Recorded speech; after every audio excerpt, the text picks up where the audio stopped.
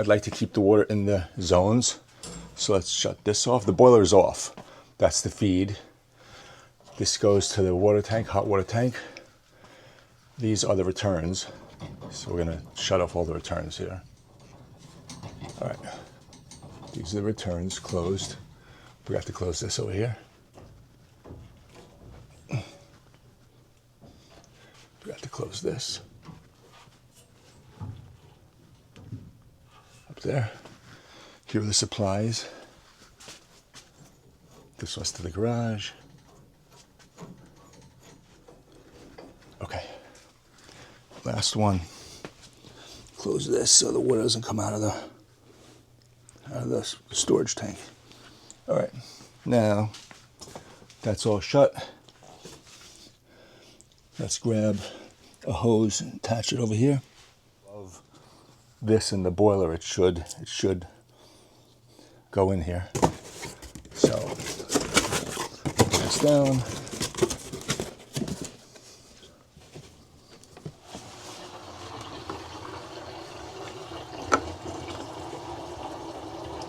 It's at 10 psi right now. Watch.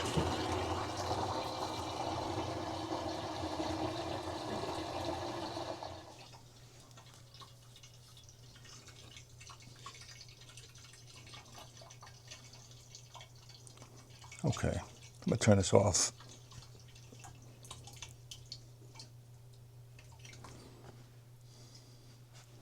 Okay, I didn't get more than a gallon or two. Actually, let's give this a try too. I'll pull this up. Okay, so there's no pressure in this anymore up here.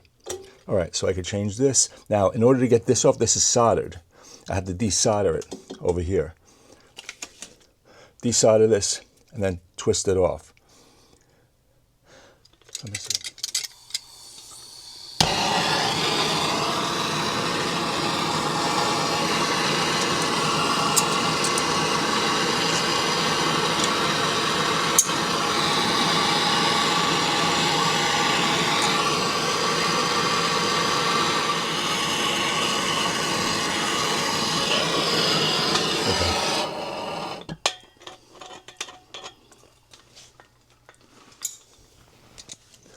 This should spin right off. This was really loose. This is hot, so I'm just gotta be careful. Leather gloves. Okay, there's that.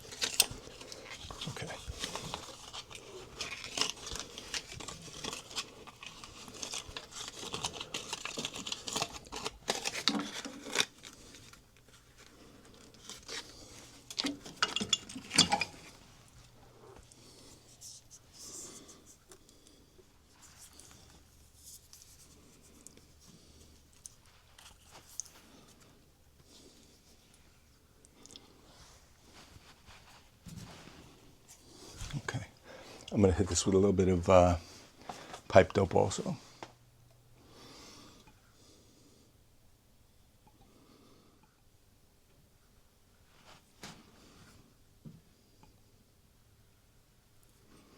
Okay.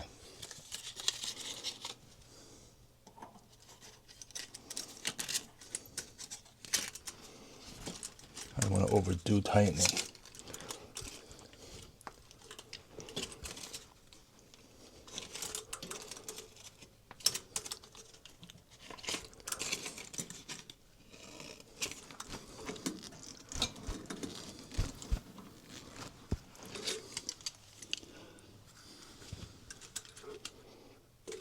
I gotta go one more time. Unfortunately, it's still fairly loose. I should be holding this, but I'm not going to. Because it's loose enough. It's loose enough where this is gonna be good. Okay, done.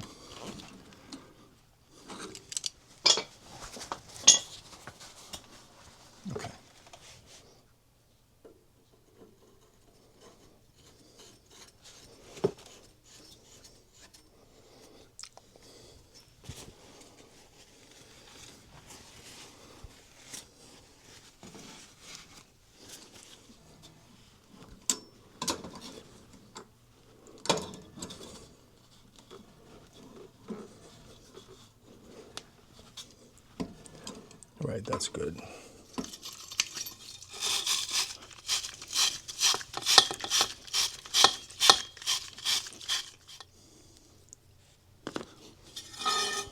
I'm not getting any more solder. Whatever's there is just going to stick. I don't care if it's watertight. All right. Good. Good enough.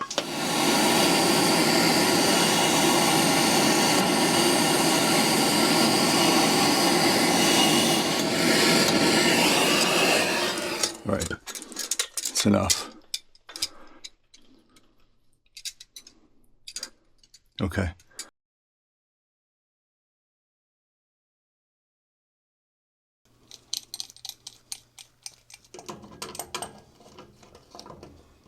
Hopefully I don't have to hold on to, yeah, it's nice and loose. You're not supposed to make these that tight.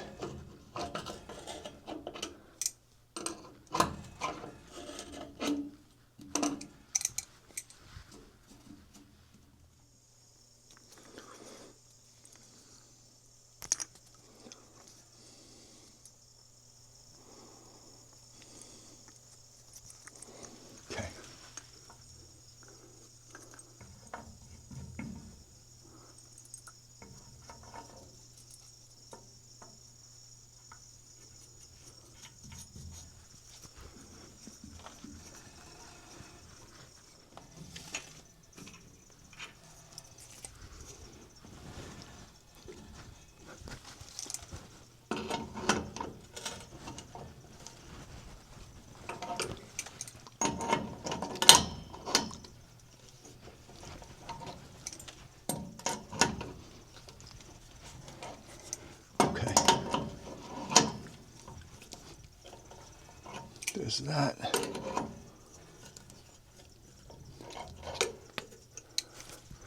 Closed. Let's open this one.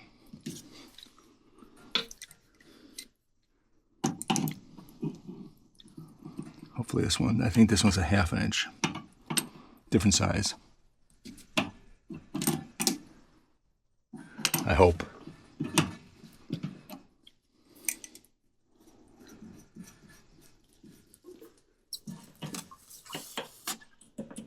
Yeah, 1/2 inch.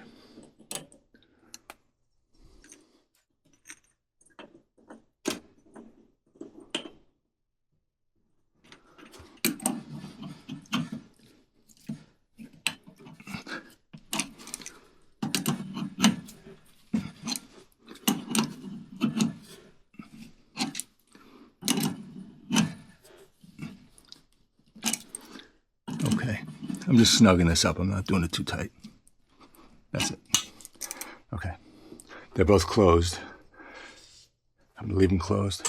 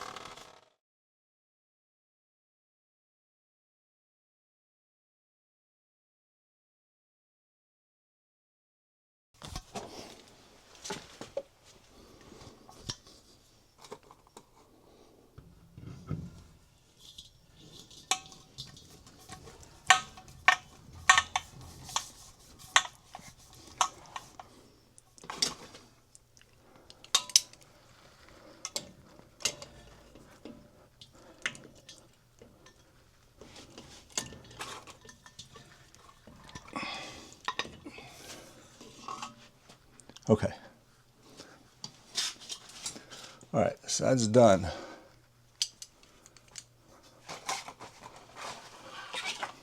Now it's just a matter of cleaning the boiler inside.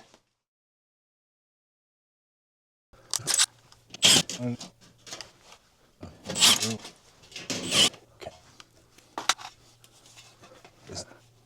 What? I got that real. Easy height.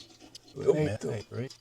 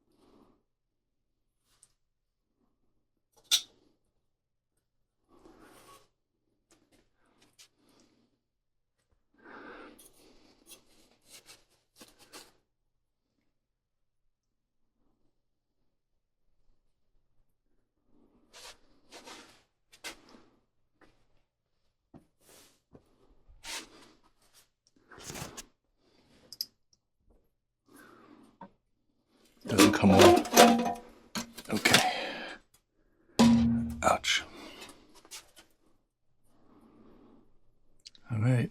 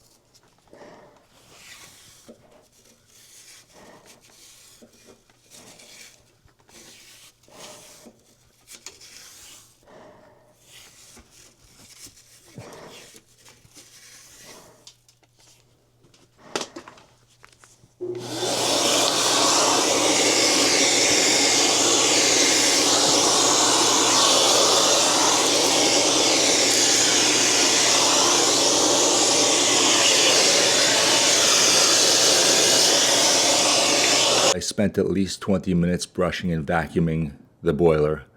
I did it from the top as well as the front. I have that brush that goes in between the fins, and when I was done with that, I removed the front plate and I vacuumed out any soot and dirt that fell into the combustion chamber because there was plenty of stuff in there. Okay, there's a lot of shit in there. So a lot of these things have hinges on them, and it makes it easy to swing the door out of the way to do the combustion chamber. In my case, it doesn't have hinges, and I didn't feel like taking the oil line and unscrewing it and bleeding the whole system again, so I just kind of kept it connected, pulled it out enough to see in there, and I vacuumed in there. So I apologize for the crappy view that you have, which is none. So I tried to speed this up because it's kind of boring. First of all, I apologize for having the camera on a head strap. I know there's a lot of movement, but all I'm doing here is I'm putting back, there's a couple of finger tight bolts that hold the top plate on. Then I'm just putting the refractory material back in there, the opposite way of the way I took it out. For me, the hardest part of putting my boiler back together is the flue pipe, or the vent pipe, whatever you want to call it. It's basically a pressure fit on the bottom, and I needed like a rubber mallet to get it back in. And then it's one sheet metal screw, holds everything together. And I do tape the joints with, I guess it's not stainless steel, but the metal tape that the real duct tape. And that keeps it keeps any smoke or any carbon monoxide from getting into the house, even though it's a seal already.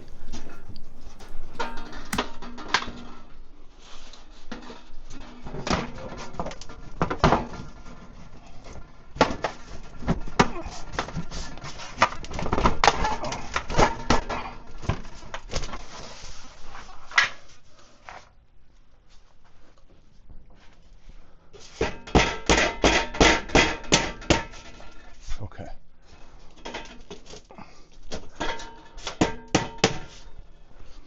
Let's make sure this is down there, all the way down. Yep, it is.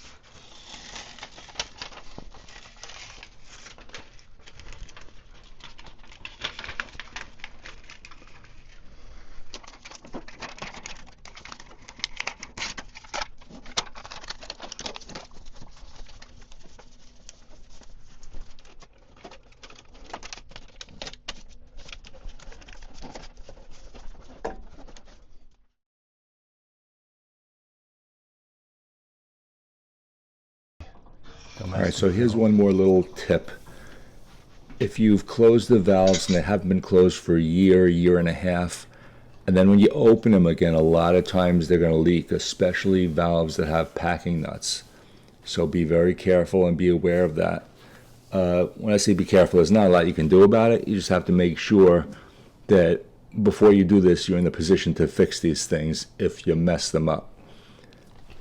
For me, I think 3 of the gate valves, I had to tighten the packing nuts to get them to stop leaking after I closed them and opened them again. All right, so just be aware of that.